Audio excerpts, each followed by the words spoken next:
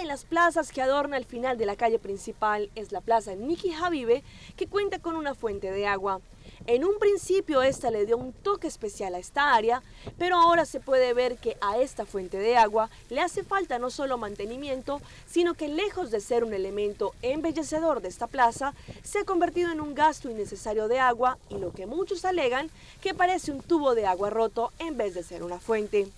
Quien pase por la plaza Nicky Habibe, la cual es muy transitada no solo por turistas que pasan a través del tranvía, sino los que circulan a pie, podrán ver una fuente de agua completamente dejada, con registros de basura y generando un gasto de agua vital. Muchos niños hacen uso de esta fuente como método de juego, pero realmente esta necesita una mejoría, un mantenimiento y que se piense en el derecho de existencia, ya que lejos de ser un objeto agradable a la vista, parece un escape de agua. Pulso Latino con Alejandra Forero, de lunes a viernes, desde las 6:45 de la tarde, aquí en ATV, Canal 15.